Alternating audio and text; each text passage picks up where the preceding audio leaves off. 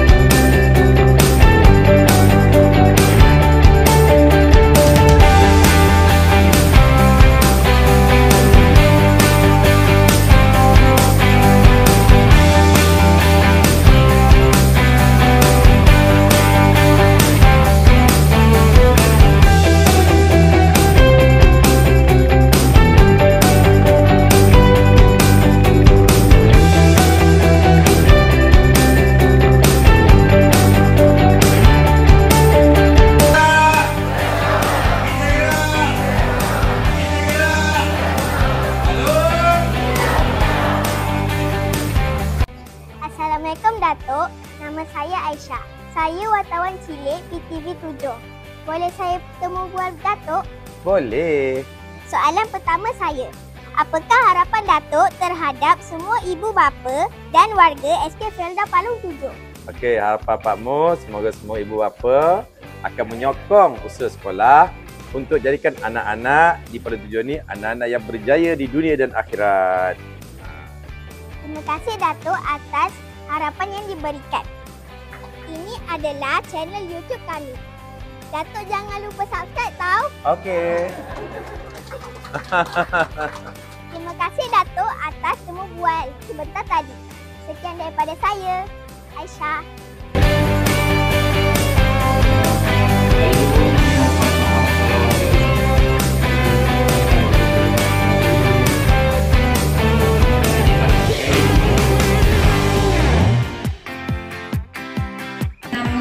Yang hadir tahun lepas boleh seorang mencadang dan seorang untuk menyokong pembentangan tahun lepas, penyelesaian kewangan tahun lepas.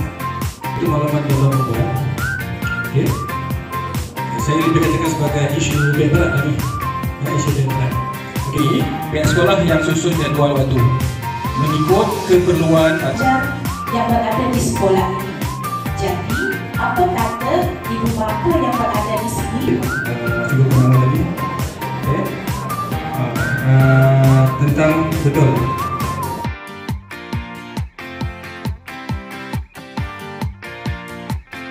Ini informasi baru. Okay. Jadi kita teruskan apabila matang ataupun kita punya perjuangan.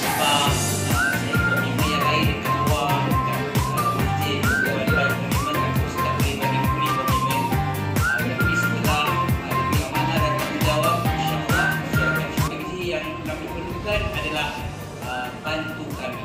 Dan nama tuan-tuan juga adalah ibu bapa kami anak-anak dekat sini untuk mencapai visi sekolah untuk mencapai